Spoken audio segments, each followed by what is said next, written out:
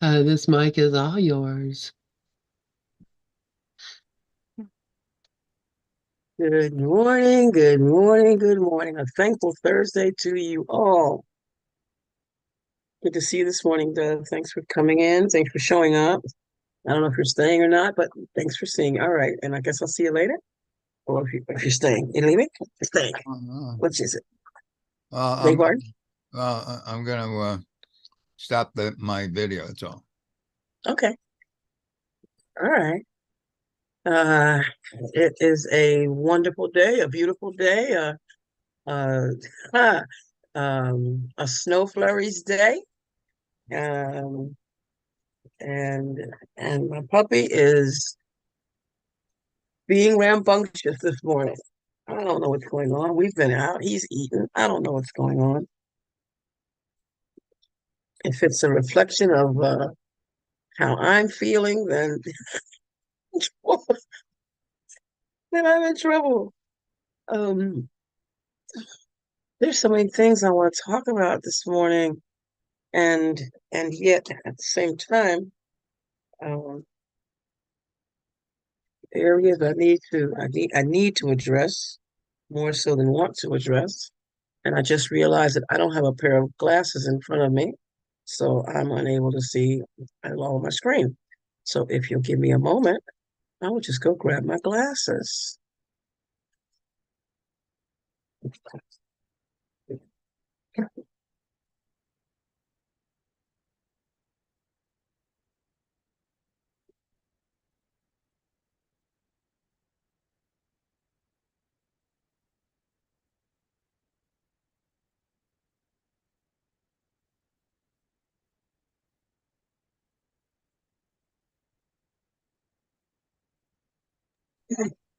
So,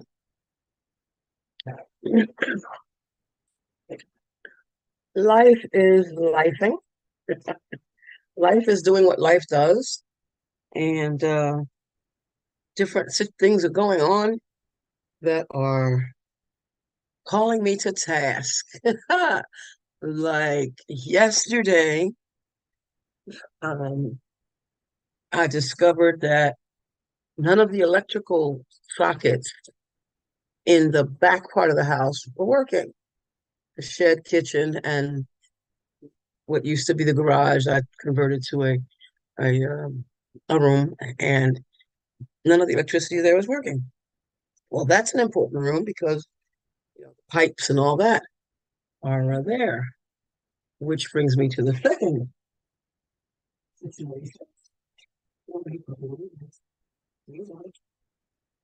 which brings me to the second situation that I have no heat and I'm cold. Not as cold as I could be. Thank you for electric heaters for the moment.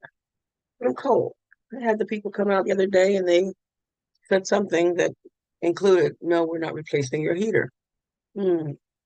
So, so I had to have an electric heater in that back room. But yes, but that, and then on top of that, it's just things are just seem to be backing up. Um, I'm looking at it. I'm looking at it. I'm looking at it. Um, the tub where the washing machine is, um, for whatever the reason, something that looks like lint has clogged up that area so that when the water is draining out of the washing machine, it is coming up and in a couple cases has gone over. And I have had to um, use a bucket because the plunger's not working. It's just not. Um, a bucket and literally just empty this thing out as the water's coming in so it doesn't run over. And it's just making me work, do a little more manual labor than I prefer. Um, I was not born to be a manual laborer. Um, I'm one of those mental people, and I wonder what that means sometimes. So I'm laughing this morning. I'm laughing this morning. Um, in that, I had made a phone call to a friend um, who brought into my world the gentleman who does the handyman that does work around here, and I had mentioned that I was tired. I was just feeling tired, and I was tired, and I wasn't asking for any suggestions, advice, opinions, nothing like that. But she chose to do that and made a comment that really didn't sit well, a couple of comments that really didn't sit well at all. And at all, at all, to the point where I rejected her phone call. One phone, she called once after I rejected the call. I did text her and made where I felt how I felt very clear, which included I just need to go in my corner. Let me be. We'll get out of there. Get out of there. So I had to give thought. And the last thing that I wrote in my text was something about something to the effect of like just um, accepting accepting and letting go of what she said because it really had no meaning anyway, and accept the meaning that I've given it. And when it's somebody that you care about, someone that you've given meaning to, and they head in a place that seems hurtful, it's quite easy to uh, let your feelings go in a direction that you're not accustomed to them going. So um, that's the soft, gentle way of me saying what I was feeling about that. Um, but it takes me to first. I on Monday evenings, some Monday evenings, I participate in a reflective writing group, and our facilitator, who's just a wonderful, wonderful, she's a wonderful writer, a wonderful person, maybe not in that order. She's a wonderful person in my life, and a wonderful writer in my life. And she provides us with prompts to, uh, 4 prompts, and we get to write from those 4 prompts. And I decided to bring that up because one of the prompts was to write about forgiveness. And we have 22 minutes to do this. And I showed up a few minutes late because Lovable determines when everything happens.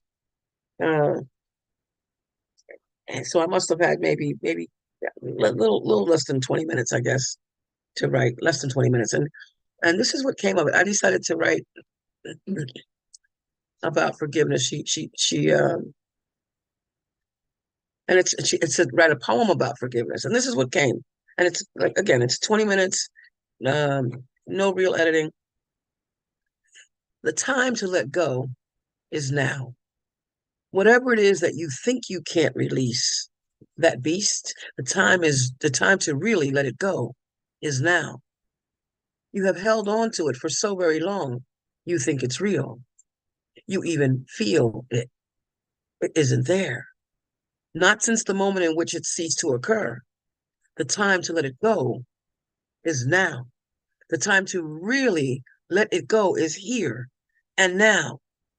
There is no way at all to forgive the past. No way at all. It's gone away already. The past, that is, it's gone. It isn't real anymore. No blame to charge, no guilt to score. It's over. It's done. Whatever the conflict was, it's gone. So you've already won. The time to let go of what's not even there is right now. There is nothing to forgive. If you think there is, show it to me. Show me the grudge you hold. Show me why you won't budge, why you're so cold, why you're being so cold to yourself. The only one who feels this thing is you, regardless of what you think you're putting someone else through. It is not there. You dare to hold yourself hostage thinking it is that someone or that something. Some what? What thing? Where is it now? Somehow you think it is here. It's only clearly in your mind, but not clear, not really, because it isn't real at all.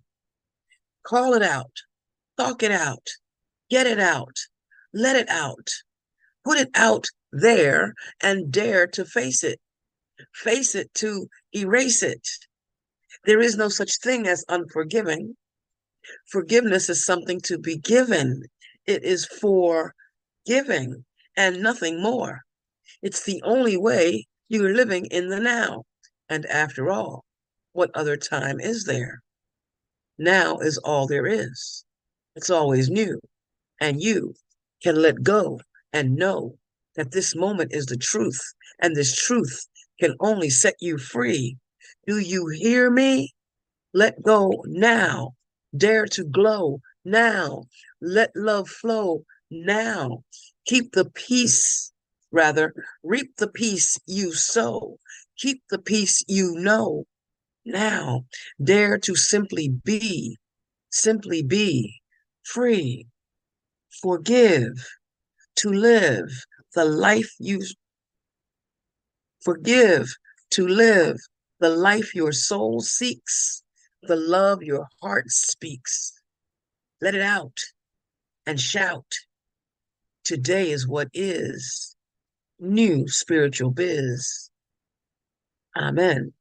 Ashe. And so it is. So that was something that showed up for me and obviously is needed today. Oh, okay. So I'm going to I just decided to go into the chat room. Hi everyone. Uh Sharon and Karen and Gloria and Idelos and Lynn and Dove and me.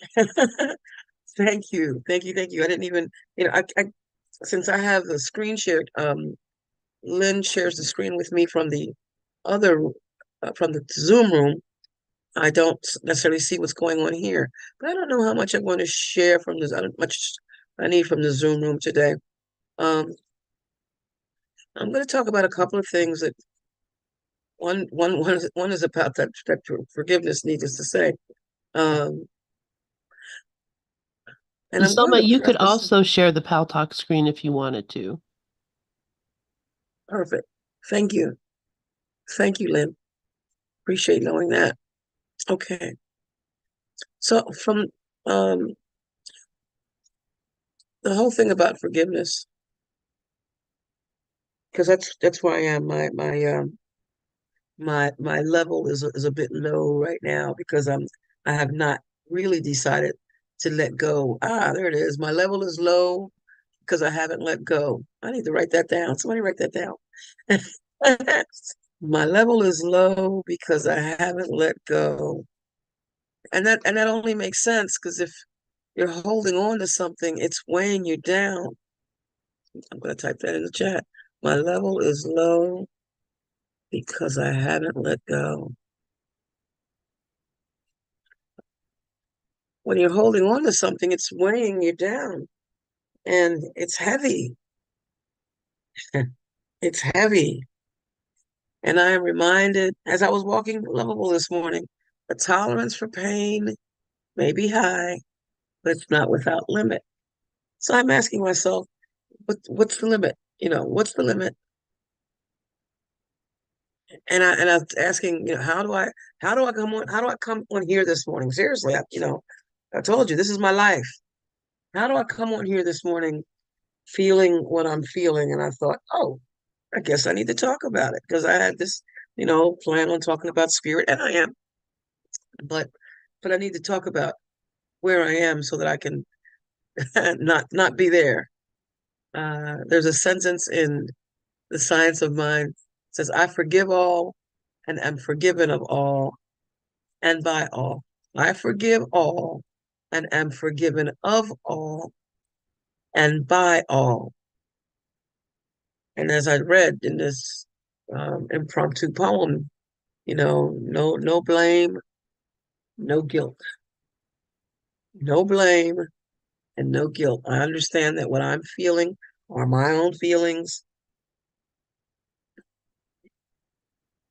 And there's a passage in the course. This is all this is all coming to me as I'm thinking about it, as I'm talking about it, where it says something to the effect, dream not, dream of your brother's kindnesses, and don't dwell on his mistakes. And it's somewhere around the 27th or the 29th chapter. And I'm going to find it. In chapter 27, dream of your brother's kindnesses instead of dwelling in your dreams on his mistakes. Select his thoughtfulness to dream about instead of counting up the hurts he gave. Forgive him his illusions and give thanks to him for all the helpfulness he gave. And do not brush aside his many gifts because he is not perfect in your dreams. Now, as I'm reading this, it's bringing tears to my eyes because to the best of her ability, she is a really good friend, and she steps up when no one else can, when no one else will. She finds a place for me. She's been there. She's really been there, and so of course that means that I have given her a lot of meaning. That I've given her a lot of meaning, and I'm. This is all coming to me as I'm talking. I'm realizing that she is not the appointed friend because, as it says in the course, is written in the course, anything in this world that you believe is good and valuable and worth striving for can hurt you and will do so. Not because it has the power to hurt you, but just because you have denied it is but an illusion and made it real. And it is real to you. It is not nothing. It is not nothing. And through its perceived reality has entered all the world of sick illusions. So, and it goes on, all belief in sin, not that, and for me, not in power of attack, in hurt and in harm, etc., has come to you. For no one can make one illusion real and still escape the rest.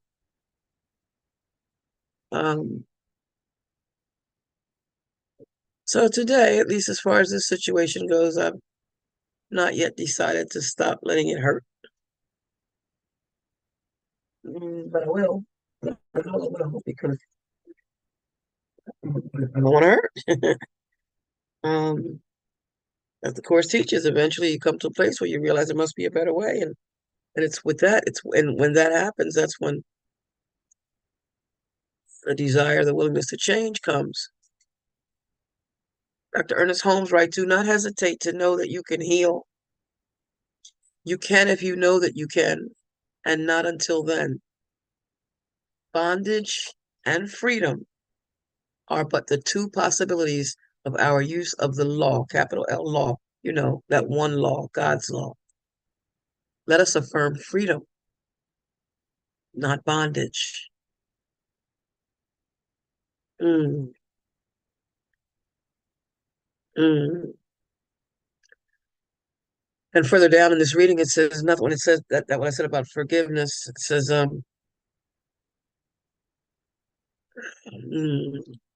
love and life permeate every atom of my being.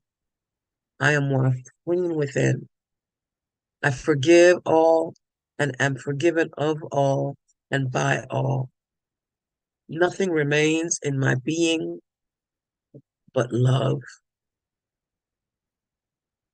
Nothing remains in my being but love. And nothing remains in my friend's being but love too.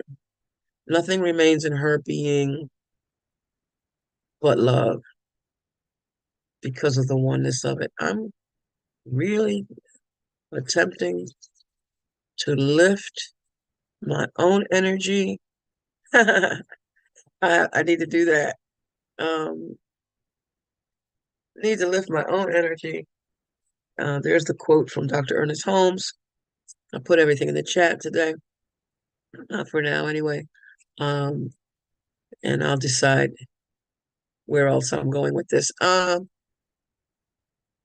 was looking at, and I'll come back to the forgiveness piece. I know I'm going to need to. But I was looking at the section in the course in the Science of Mind text about what is spirit, and that wasn't really the plan. But because I really wanted to talk about freedom or bondage, because that's really where I am.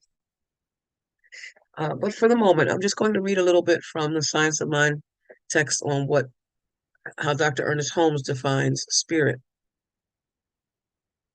The definition of spirit is life or intelligence conceived of entirely apart from physical embodiment. And the Course teaches that the spirit, not the body, is the altar of truth. Dr. Ernest, it is vital, talking about spirit, it is vital essence, force, energy, as distinct from matter. He writes, probably the definition of God as spirit is more easily understood, more readily accepted than any other term used in describing deity. Jesus, in talking with the woman of Samaria in the Bible, explained, God is spirit, and they that worship him must worship him in spirit and in truth. Dr. Ernest continues, the nature of being is a unity, and that word being is the capital B, with three distinct attributes: spirit, soul, and body. Spirit is the active and self-conscious principle. The words self and conscious and principle are capitalized. Spirit is the active and self-conscious principle. Spirit is first cause or God, the absolute essence of all that is. I think I'm going to try to put this in the chat as I go along.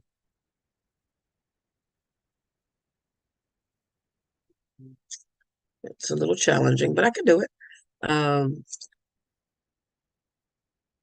So spirit is the active and self-conscious principle. Spirit is the first cause or God, the absolute essence of all that is.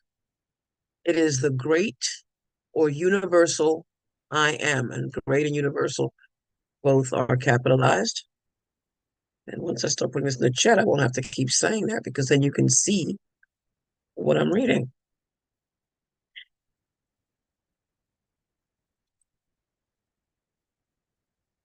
Spirit is conscious mind, capital C's, capital C, capital M, and is the power which knows itself. It is conscious being.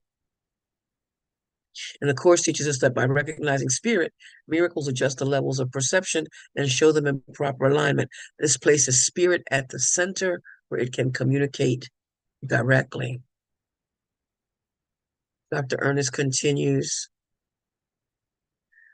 the spirit is self-propelling.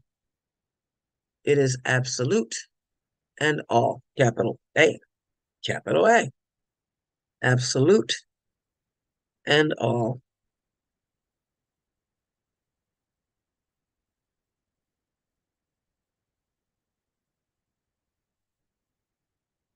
It is self-existent capital S, capital E. It is self-existent and has all life within itself.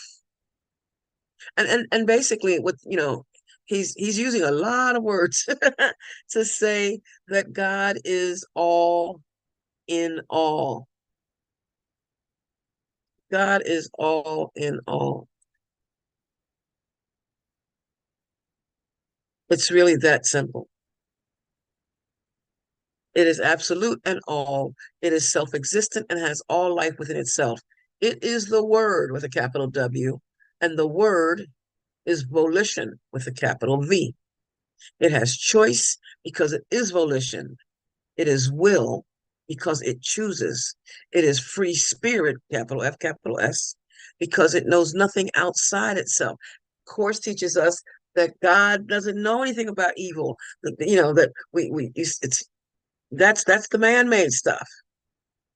Spirit knows nothing outside itself, and therefore nothing different from itself. And there you have where it talks about in the course where it talks about the Holy Spirit thought system and the ego thought system, and we're taught that they can't communicate with each other. They're two totally different thought systems. One is real and one is made up. The spirit knows nothing outside itself, and therefore nothing different from itself, which reminds us in the course that it is all one. There are no differences. The sense of separation, the sense of a belief that there are differences, the ego is constantly analyzing, the ego is constantly comparing. That's an ego tactic, and it's not real. It's made up. It all just is. And Dr. Ernest continues, spirit is the Father, Mother God, because it is the principle of unity back of all things.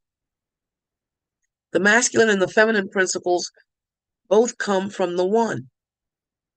Spirit is all life, truth, love, being, cause, and effect. And those are all capitalized. They'll end up in the chat momentarily. It is the only power in the universe, power, universe, capitalized, that knows itself. And the course this is just, the course, affirms, confirms this with, by letting us know that, again, that the Holy Spirit,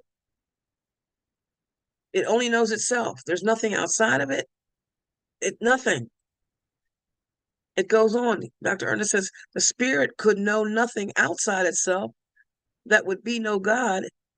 That would be God and nothing else. Wait a minute. The spirit could know nothing outside itself. That would be God and something else. Spirit is all, the center and circumference of everything that exists, both manifest and unmanifest. It has no enemies, no differences, no otherness, no apartness, no separation from itself. It is undivided, complete, and perfect within itself, having no opposites and no opposition. It knows only its own ability, and since it is all, it cannot be hindered in any way, shape, or manner. A lot of words, and I think that was it was clear to me.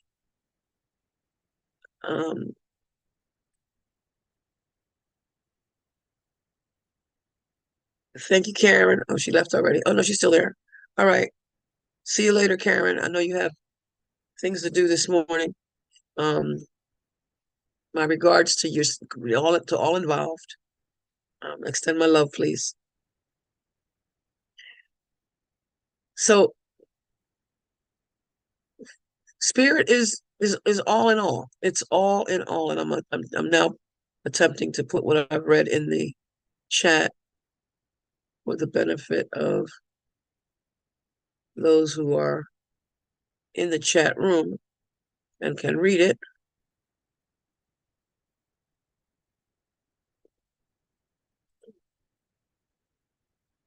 Worth repeating Spirit is all life, truth, love, being, cause, and effect. And the Course teaches us that we are an effect, but it also teaches that cause and effect are one. So the reason why we are effect is because we didn't create ourselves. Or rather, did I say that right? The reason why we aren't cause is because we didn't create ourselves. And the reason why we are cause, the smaller c, is because we're responsible for what we see. We're responsible for our own stuff. And everything that seems to be going on outside of that is the effect, and we are part of it because we are outside the body, is outside of the truth. The truth is not something you can see with the physical eye. They're temporary truths. This body is a temporary truth. You know, these thoughts that I'm having, that they're temporarily true for me. As I read earlier in the Course, it's true for me, but it's not the truth, because if it were the truth, then we would all be feeling it. Oh, I really wouldn't want you to feel that with me. I don't. I wouldn't want you to. Dr. Ernest continues, last paragraph, which I'm going to put in the chat first. I'll put that in the chat first. Yes. It is impossible. Now that I put it in the chat, I can share the screen.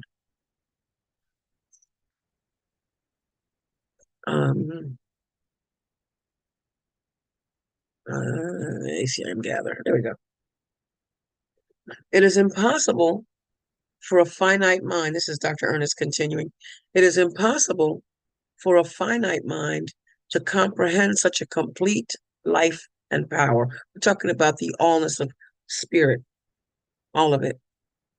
Going back into the paragraph before, it is undivided, complete, and perfect within itself, having no opposition, having no opposites, and no opposition. It knows only its own ability, and since it is all, it cannot be hindered in any way, shape, or form.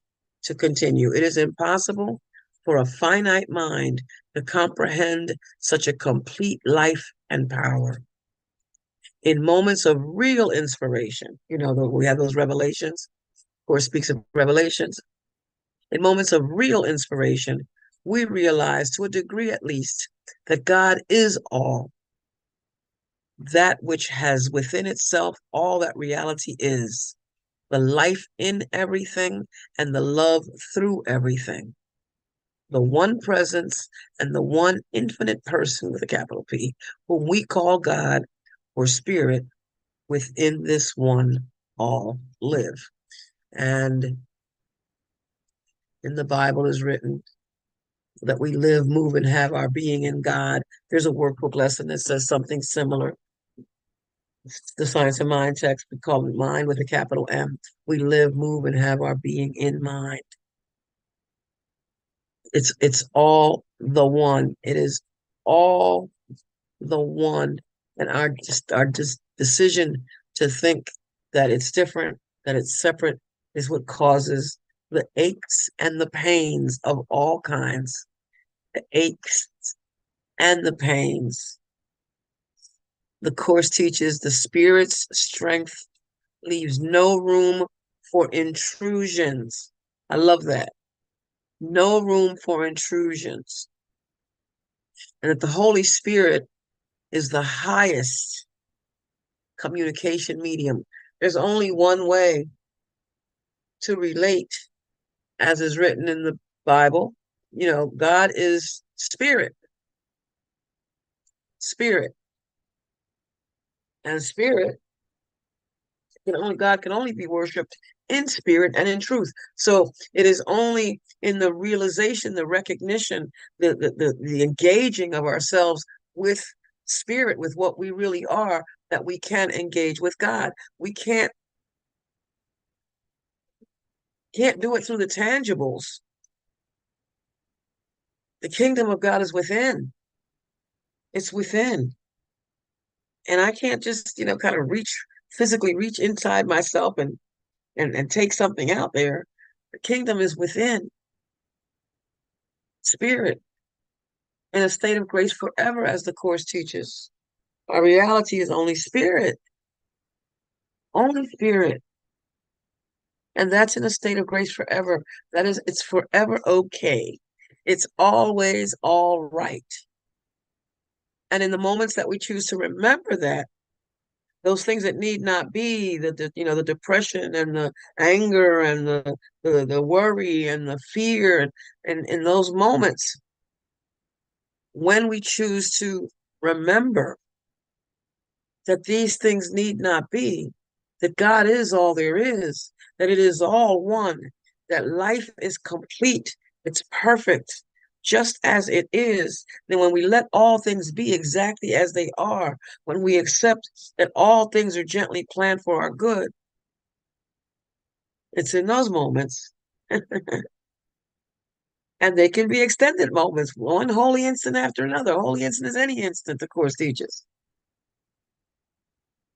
It's in those moments that we recognize and understand the oneness, the oneness of it all, the peace that we can experience in that moment, the peace that we already are in those moments, when we realize that those things that we think are causing us pain need not be, when we recognize the appointed friend, when we recognize that everything that we see comes and goes, and it all comes to pass, it's all temporary. All right, I'm going to find the section on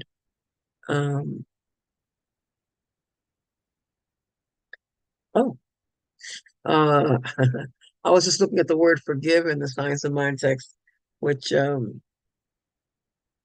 it appears in one way or another.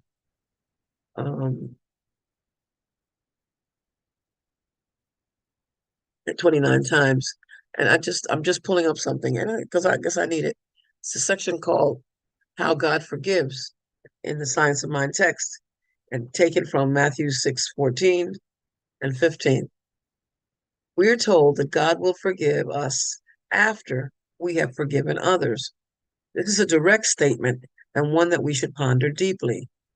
Can God forgive until we have forgiven? If God can work for us only by working through us, then this statement of Jesus stands true and is really a statement of the law of cause and effect. We cannot afford to hold personal animosities or enmities against the world or individual members of society. All such thoughts are outside the law and cannot be taken into the heavenly consciousness. What we call Christ consciousness in the Course cannot be taken there. Love alone can beget love. People do not gather roses from thistles. The Father who seest in secret will reward us openly. Shall we not learn to enter the, quote, secret place of the Most High? I just realized I can share this. I can share this on my screen. And I wasn't doing that, but I can.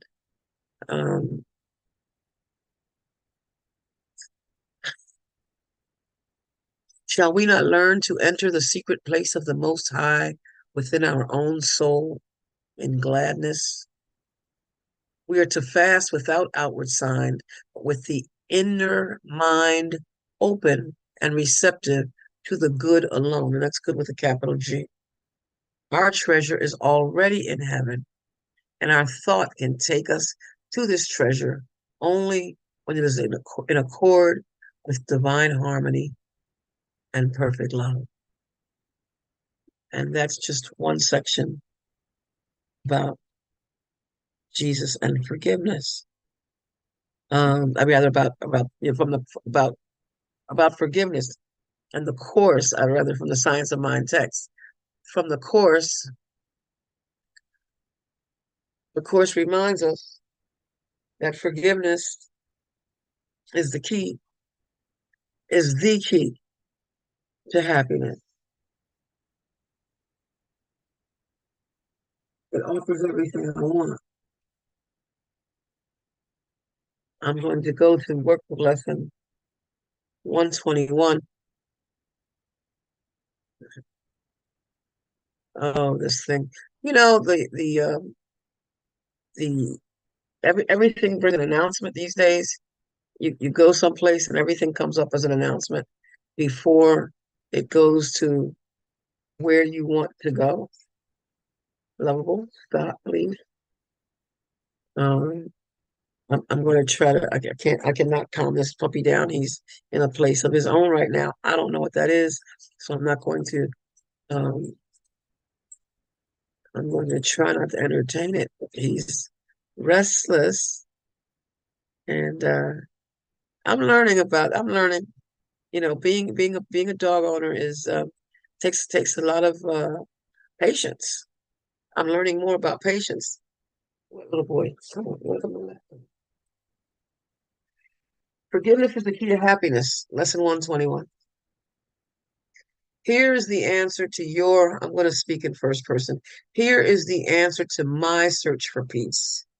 Here is the key to meaning in a world that seems to make no sense, in situations that for me seem to make no sense. Here is the way to safety in apparent dangers that appear to threaten me at every turn and bring uncertainty to all my hopes of ever finding quietness and peace. Here are questions answered. Here, the end of all uncertainty ensured at last. I'm going to pause here and go back to the Science of Mind text in the section on freedom or bondage.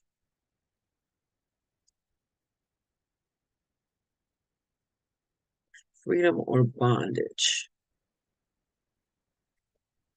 Stop share, share again. Seems to me that this thing should share wherever we go. And I shouldn't have to stop share to go into another share. In the section on freedom or bondage, it says we arrive at the conclusion that while bondage is an experience, there is a reality, capital R, to which bondage is not real. To that reality, bondage is not even an illusion or hallucination. There is a part of us that is never fooled. And of course, I'm talking spirit.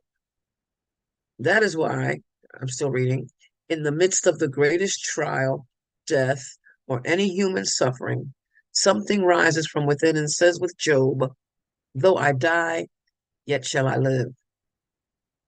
Freedom of will means the ability to do, say, and think as one wishes, to express life as one personally desires, to be able merely to think and dream of freedom would not be liberty. Prisoner under a life sentence can do that.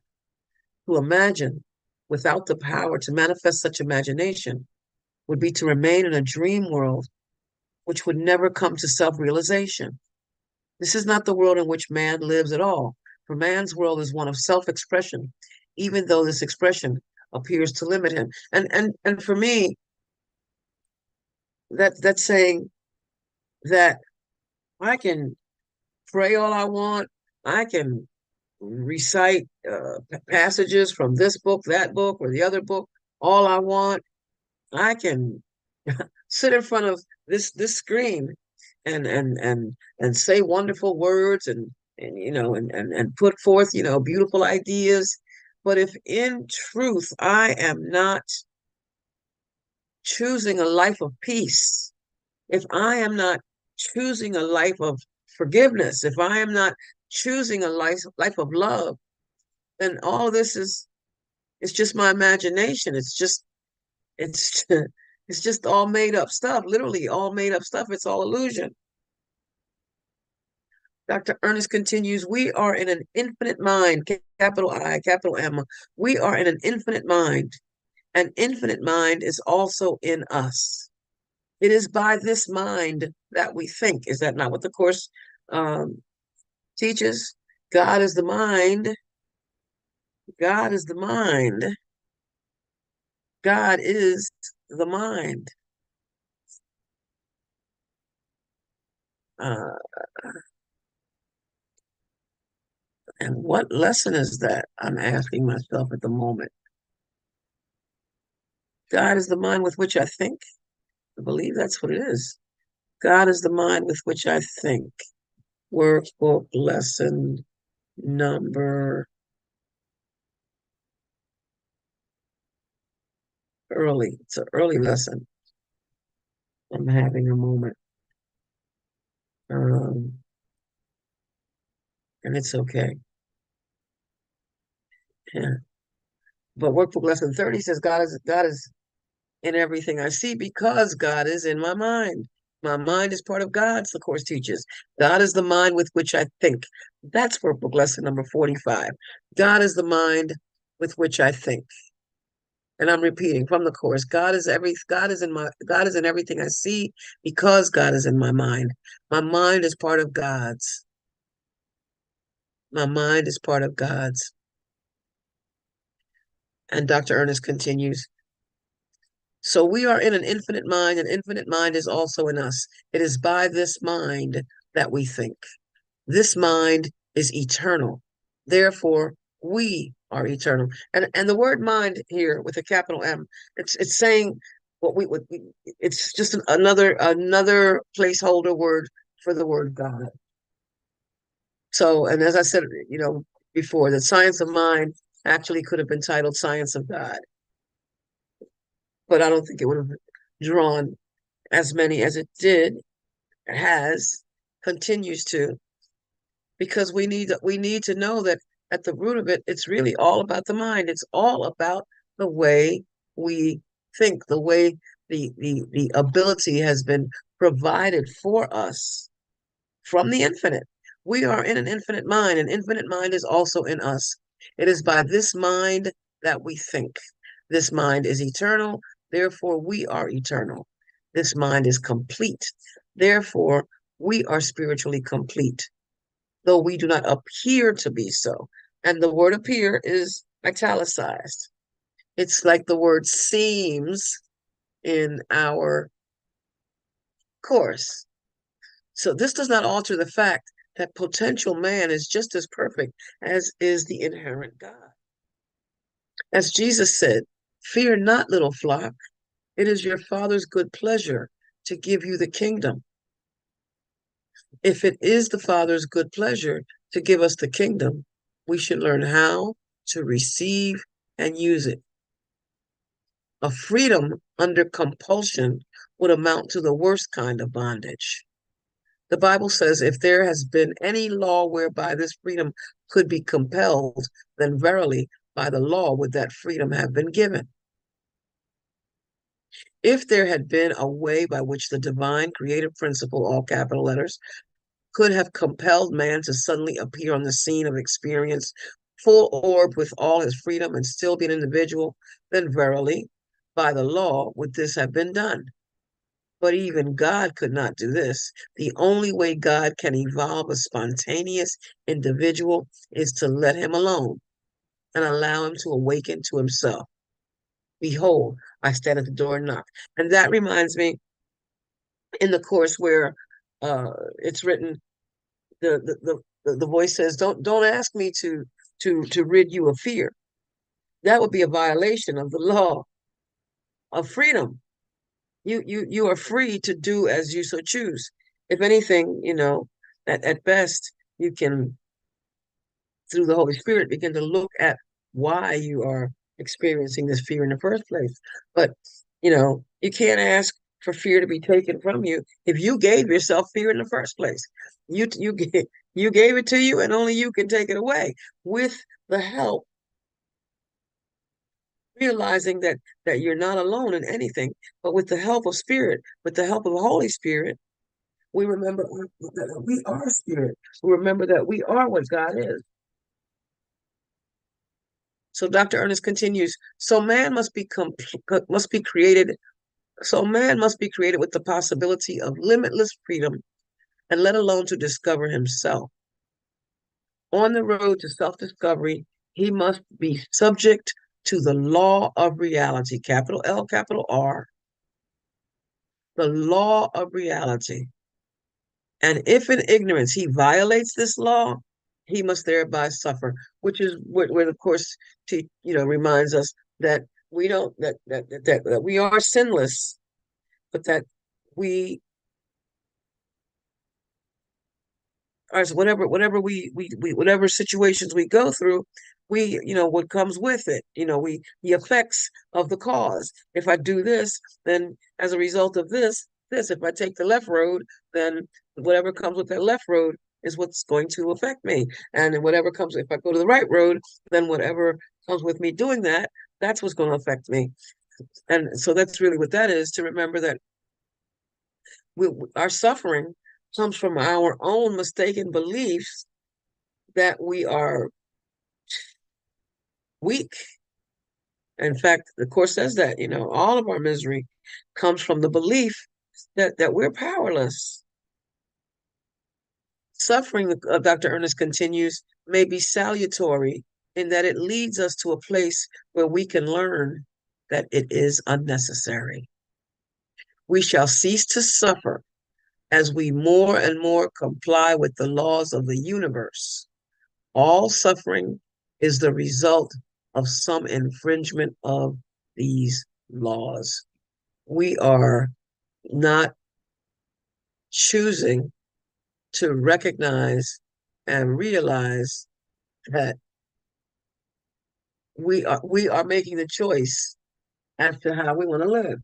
If I'm suffering, it's because I'm choosing to suffer. If I'm upset, it's because I'm choosing to be upset, regardless of what it is. And I'm never upset for the reason I think I'm upset because of something that's not there. I'm upset because I'm seeing the past. I'm looking backward to a place that no longer exists and choosing to try to make it now.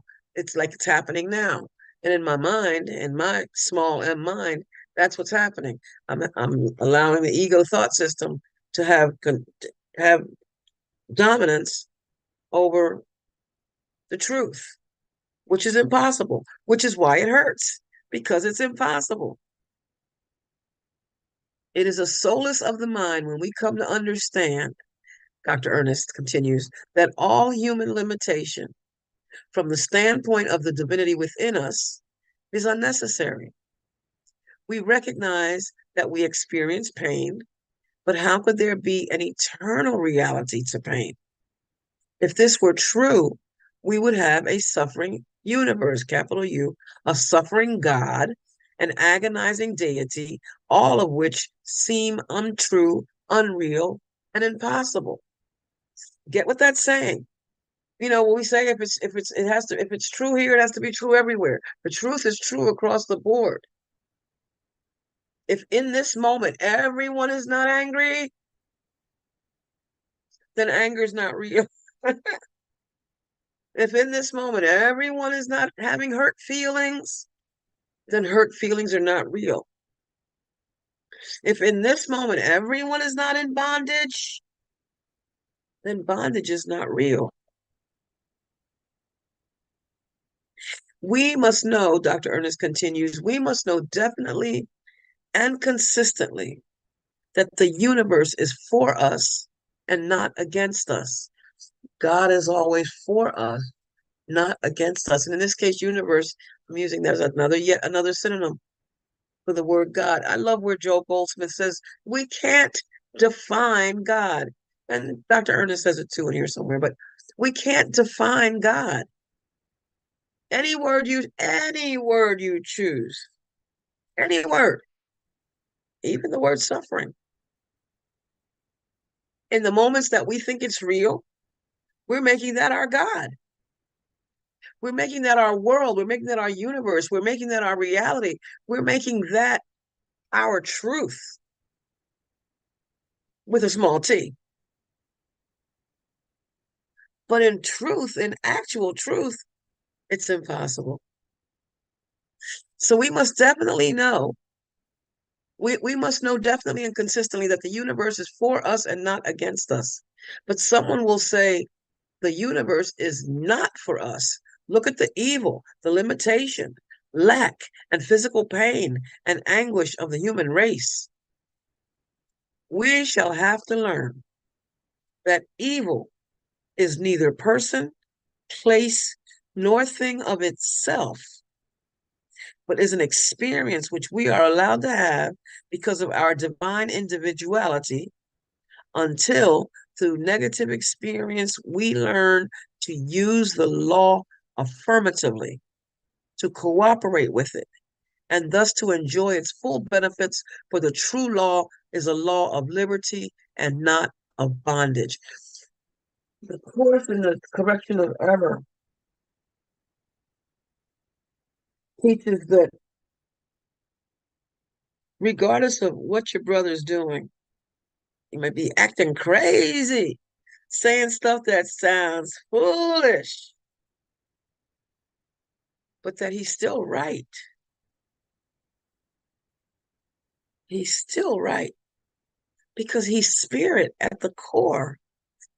He's spirit, whether he's aware of it or not. In that moment when someone wants to give you advice that you didn't ask for, someone wants to give you their opinion that you didn't ask for, that someone wants to say they're doing it in the name of love, and it sounds like it, but it doesn't sound like an extension. It sounds like a call for love. In those moments, that's when we have to remember that it's our divine individuality choosing to have experiences, because up to that point, we're not learning to use the law affirmatively to cooperate with it and thus enjoy its full benefits. And I believe there's somewhere in the Course, and I can't quote this at all, but it says that if we realize how many opportunities we've had to gladden ourselves, we always have opportunities to gladden ourselves, and we choose not to. And sometimes we choose to. It also teaches something to the effect that if we realized, who walks with us, that we wouldn't choose to feel alone, to feel separate. If we realize that spirit always is, that it always is, that it's always what I am, there would be no bondage. I would have no feelings of bondage, no feelings of separation, no feelings of pain, of lack, no feelings of hurt, no feelings. And I'm not, life throws stuff our way, or it seems to throw stuff our way. What's being thrown our way is what we need for our own evolution. It's a revolution. We evolve to evolve as things revolve. And Dr. Ernest continues, the universe is foolproof. It does say we can have what we can take. We can have what we can take, while at the same time, we must expect to experience the logical result of our thought and act, be it good or what we call evil. The Course teaches that thought, that there are no idle thoughts. There are no idle thoughts. There are no neutral thoughts. And they all demonstrate form at some level. Where is that? It's very early in the Course. All thinking produces form at some level. There are no idle thoughts. That's in chapter 2, section 6, the bottom of Fear and Conflict, if anybody's interested.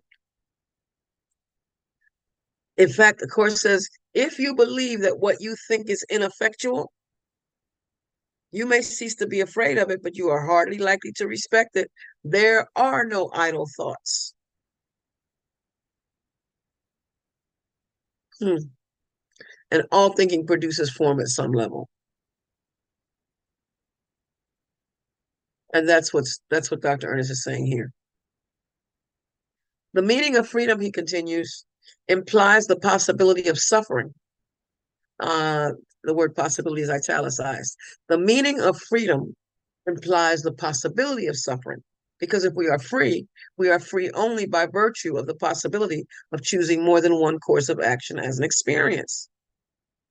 There is no freedom or happiness as a spontaneous individuality unless there can be a temporary restriction of bondage and unhappiness through the wrong use of freedom.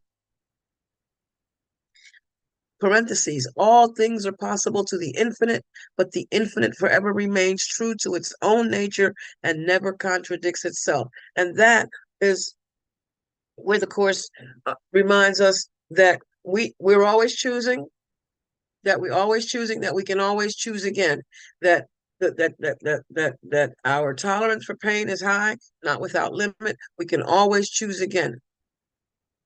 There is no freedom or happiness as a spontaneous individuality unless there can be a temporary restriction of bondage and unhappiness through the wrong use of freedom.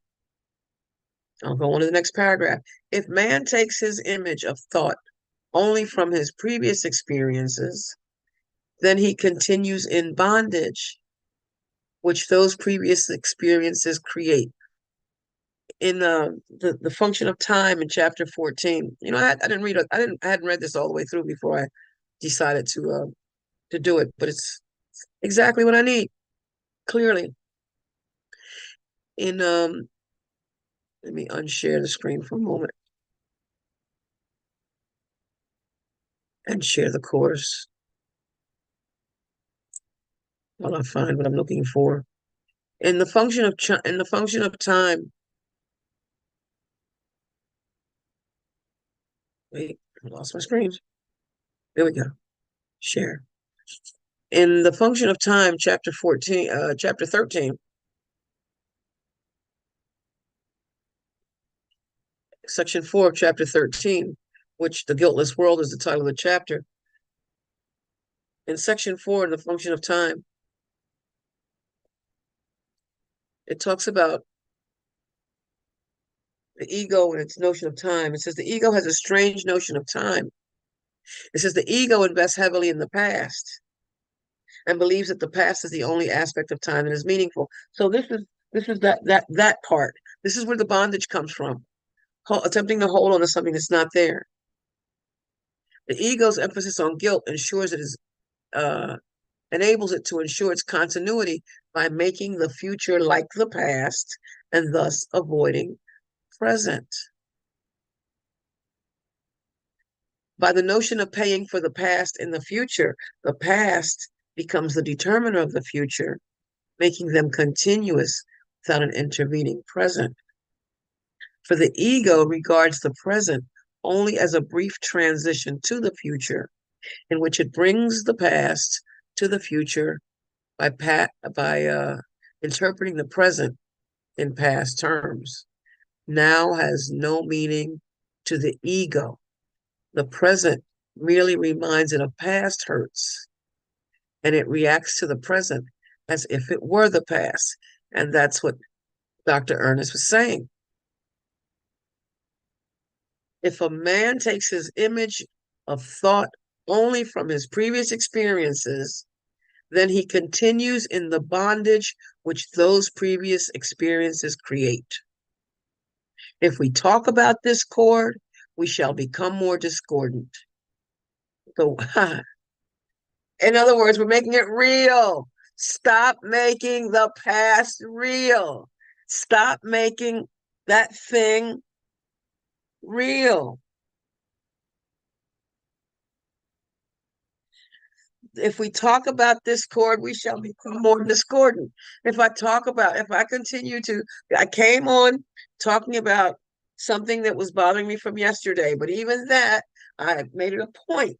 And as I was ending the message, the reply that I had sent to her, I said that I need to accept it and let it go because it's not real anyway. Now, I wrote that, but I was still feeling it this morning, thinking about it this morning, and knew that I needed to say it out loud. I didn't go to the mirror, but as I needed to say it out loud so I can really begin to let it go. I need everything I'm reading today. And if you do too, then wonderful. You chose to be here. I thank you for it. But this is about recognizing that now is new. Now is now. Now is the only aspect of time that has meaning. The course teaches now has no meaning to the ego. The present merely reminds it of past hurts, and it reacts to the present as if it were the past. The ego cannot tolerate release from the past. And although the past is over, the ego tries to preserve its image by responding as if it were present. I'm going to go back to Dr. Ernest and then come back to this, but I'm not going to keep switching screens. I'm going to leave it right here at the course. So the more the world arms for war, I'm reading again, Dr. Ernest, the more the world arms for war, the more certain it is that there will be war. It's exactly that. We are making it real. If I want it to not be there, then I need to let it go and not keep talking about it.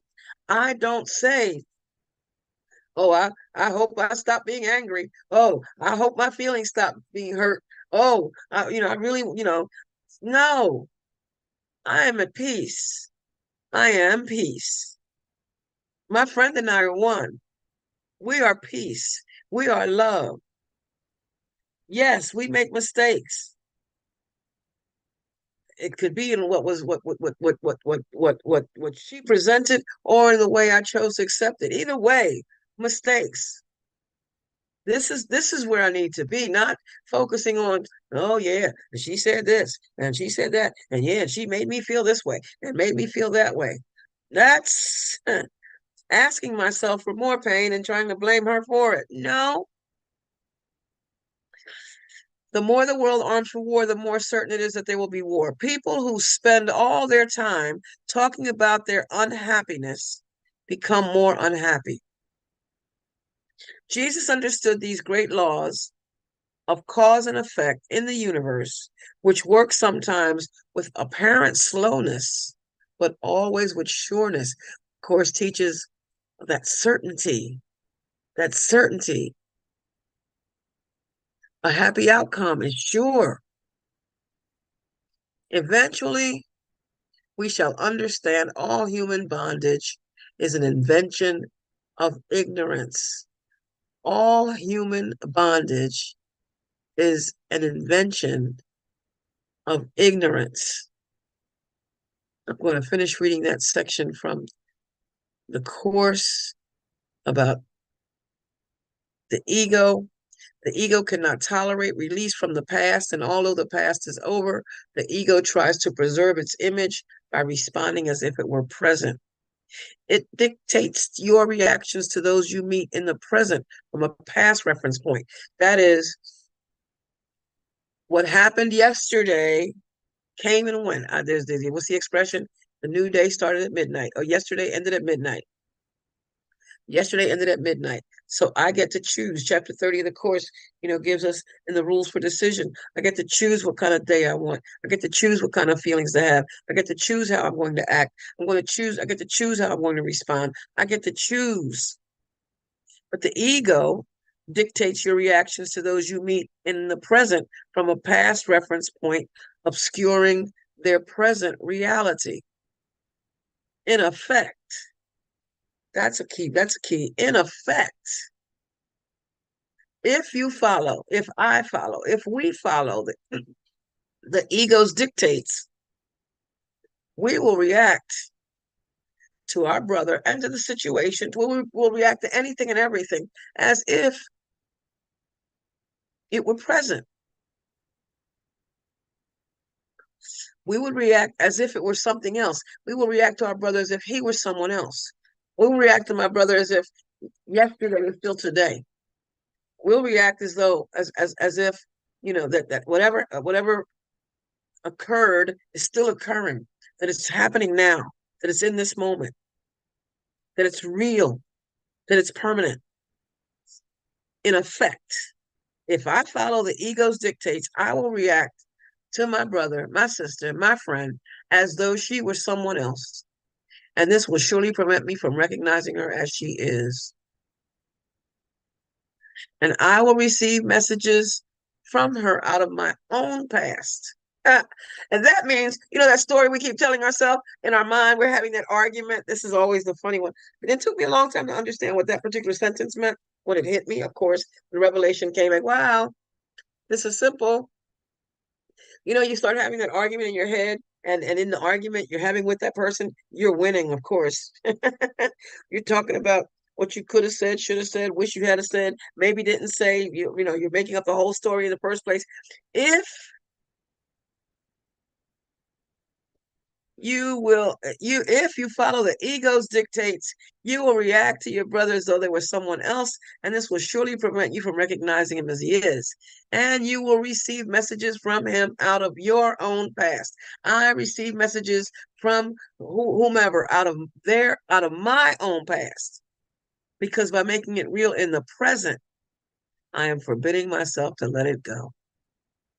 I'm not going to make this real in the present. I'm not making anything real in the present. Presently, I'm sitting here reading from the section of the course that gave me my first taste of freedom. This is the section that gave me my first taste of freedom. This was the section where I learned that forgiveness is key, that forgiveness is the key to happiness. This is the section that let me know that my mother and I were one. And just as my mother and I are one, were one, are one, so is my friend and I one. So are you and I one. The oneness of it makes it lovely and lovable and loving and worthy and peaceful and joyful, and I'm sitting here releasing. Even as I'm speaking, I'm releasing and letting go. How's the song go? There was a time in my life I thought I had to do it for myself, all for myself. Didn't know the grace of God was sufficient. Didn't know the love of God was at hand. Now I can say, if you're discouraged, wanting just to make it through another day, you have got to let it go. Let it all go. And this is what you have to say. I release and I let go. I let the Spirit run my life. And my arms are open wide. I am only here for God. No more struggle, no more strife. With my faith, I see the light. I am free in the Spirit. I am only here for God. And the Course reminds us the shadowy figures from the past are precisely what we must escape. They are not real and have no hold over me unless I bring them with me. And I'm speaking first person, I'm speaking second person, I'm speaking third person. The Course speaks directly to us. The shadowy figures, they carry the spots of pain in my mind, diverting me to attack, or rather directing me to attack in the present and retaliation for a past that is no more. And who am I attacking? Self. Only self. I'm only hurting me, attacking me, telling myself this and reminding myself of that and arguing this, that, and the other. And it's funny, as I'm saying this, I'm not feeling any of this anymore. I was feeling it when I came in the room. The tears that I'm feeling now are tears of joy, because the truth is true. Only the truth is true. Only the truth is true. What we say out of our mouth, out of our physical being, based on our physical experiences, can be painful. It can be critical. It can be hateful. It can be all kinds of stuff. Judging. But it's all a sense of separation. All of it is a sense of separation. A sense of separation. It's not separation. It's a sense of separation. It's a sense of lack. It seems to be these things, but it's not. The shadowy figures from the past are precisely what you must escape. They are not real.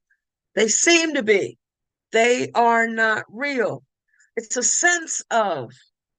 They are not real and have no hold, none, over you unless you bring them with you. That is that we're giving allegiance to the ego. That is that we are acting as though we are an ego. That is, we are perceiving that the ego is real. They are not real and have no hold over you unless you bring them with you. Shadowy figures. In the Bible, it reads, yea, though I walk through the valley of the shadow of death. People seem to forget that word shadow is there. I suspect that whole thing about shadow figures came, that whole thing about shadow work and all that came from there. The shadow, when when Lobel and I first started walking, he was a little thing when I first got him, I mean earlier months, and we would be walking at night, and I have him on a leash, of course, and he would actually step away from his shadow because I suspect that while he was out there on his own, and the only shadow he had to deal with was his own, and it wasn't really in his way. But now the shadow, my physical shadow looming, it wasn't moving at the exact same time that he was. It had a different appearance, but it wasn't real. Shadowy figures. Shadowy figures. The shadowy figures carry the spots of pain in your mind, directing you to attack yourself in retaliation for a past that is no more. And this decision is one of future pain. Unless you learn, unless I learn, unless we learn that past pain is an illusion. And I've got it. I've got it because I'm hearing now. I am hearing now. Nothing hurts. Puppy has found himself a nice, comfortable spot sitting behind me. I'm not cold. All that. Now, I started out, I came on here, oh, I have no heat and I'm cold. I'm not, just forgot all about it until just now. Unless you learn, unless I learn, unless we learn that past pain is an illusion, we are choosing a future of illusions and losing the many opportunities we can find for release in the present, for release right now. We don't have to hold on. We're talking freedom or bondage, happy or right, Holy Spirit or ego, truth or nothing, truth or nothing, God or nothing, life or nothing.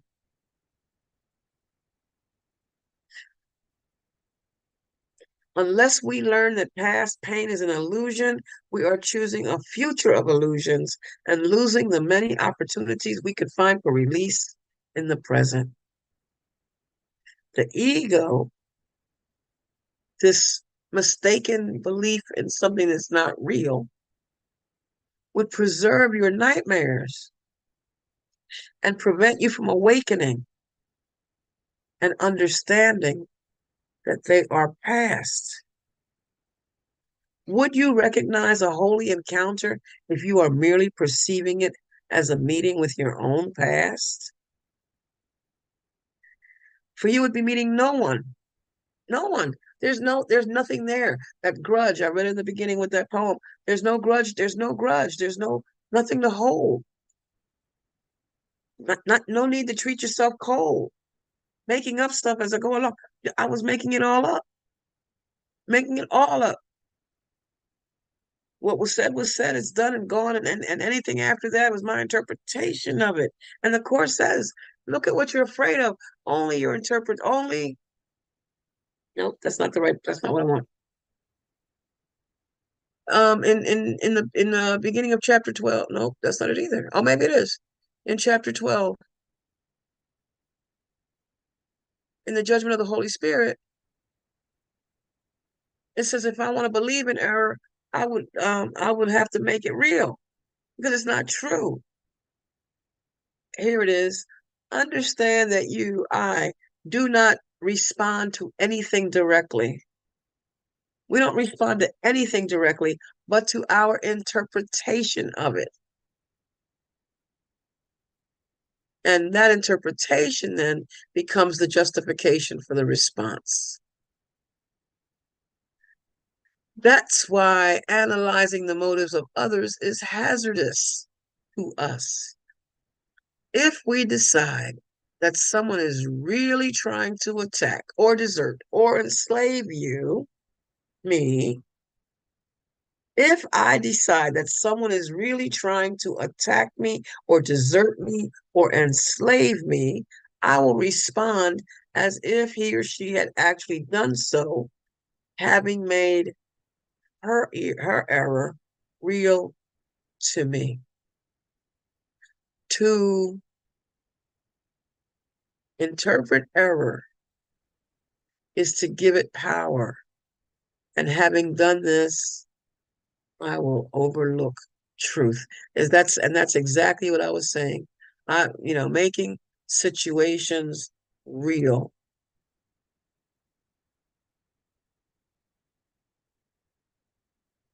And in the chat,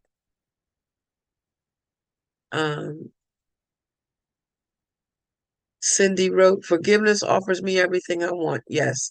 And Dove wrote, beating myself up again. Yep, there I go. There I go. And attempting to blame someone else for it. There it is.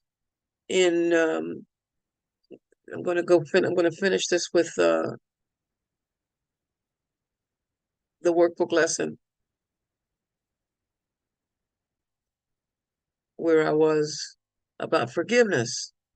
Forgiveness offers everything I want. That's what Cindy wrote. What could you want forgiveness can't give? Do you want peace? Forgiveness offers it. Do you want happiness? A quiet mind, a certainty of purpose, and a sense of worth and beauty that transcends the world? Do you want care and safety and the warmth of sure protection always? Do you want a quietness that cannot be disturbed, a gentleness that never can be hurt, a deep abiding comfort, and a rest so perfect it can never be upset?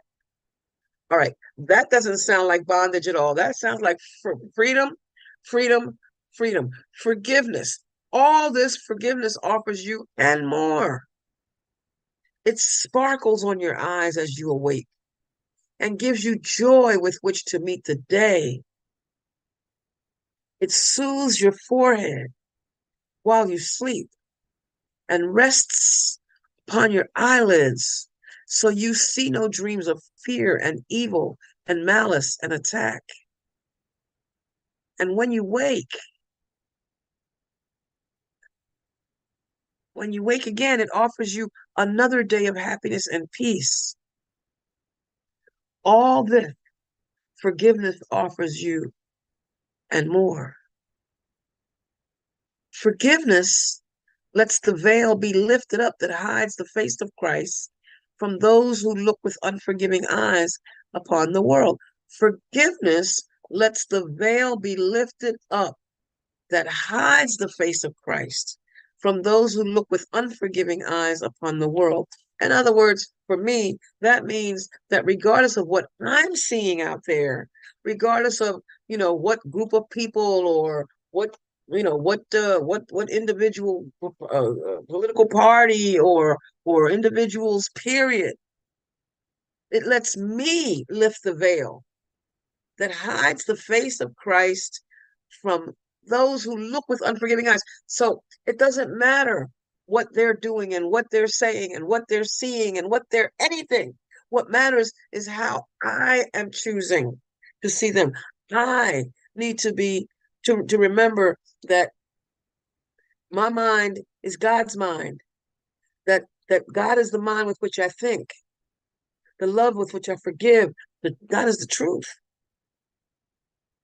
It recognizes forgiveness, we're talking about, lets me recognize the Son of God and clears my memory of all dead thoughts so that remembrance of my Father, remembrance of the kingdom, remembrance of that which is within me can arise across the thresholds of my mind. What would I want forgiveness cannot give? What gifts, but these are worthy to be sought. What fancied value, trivial effect, or transient promise, never to be kept, can hold more hope than what forgiveness brings?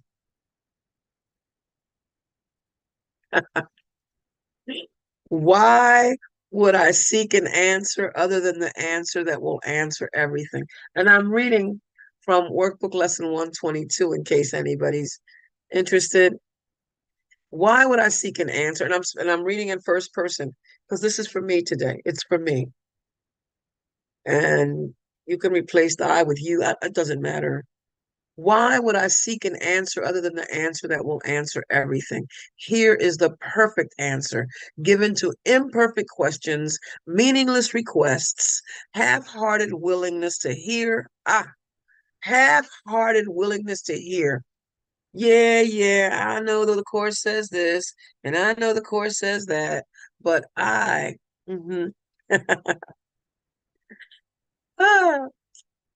Here is the perfect answer given to imperfect questions, meaningless requests, half-hearted willingness to hear, and less than halfway diligence and partial trust. Here is the answer. Seek for it no more. You will not find another one instead. You know, that just takes me right to where the course tells me to seek not outside myself, because the peace of God, the kingdom is right here. It is what I am. It's right here. It is me. It is me. It is me. Oh Lord, it is me. Always standing with a desire for prayer. I am knowing this to be the truth. I am closing knowing that God is all there is, that there is only one life. There is only one power. There is only one presence. And that life, that one, that power, that truth is God, called by whatever name we choose to call it, because it doesn't care. God is, simply is. It is the life and the love of me. And because God is, I am. I am one with this infinite source. I am one with this infinite power. There is no separation. And I know this to be the truth for myself, as I know this to be the truth of everyone. Those listening, those not listening, those knowing it, those not knowing it. I know this to be the truth.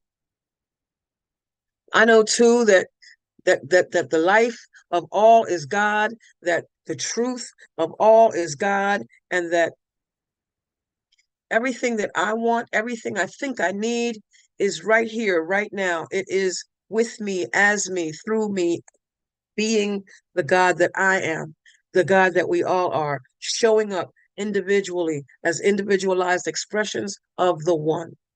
In gratitude, then, I place these words into the activity of that law of cause and effect, into that law of truth, into that law of mind, into that law of God, knowing that even as I speak these words, it's all being done right now, for it all already is. And with that, I release these words. Let them go. Let them be. And I anchor by saying, and so it is. And Lynn, I'm turning the mic over to you. Thank you.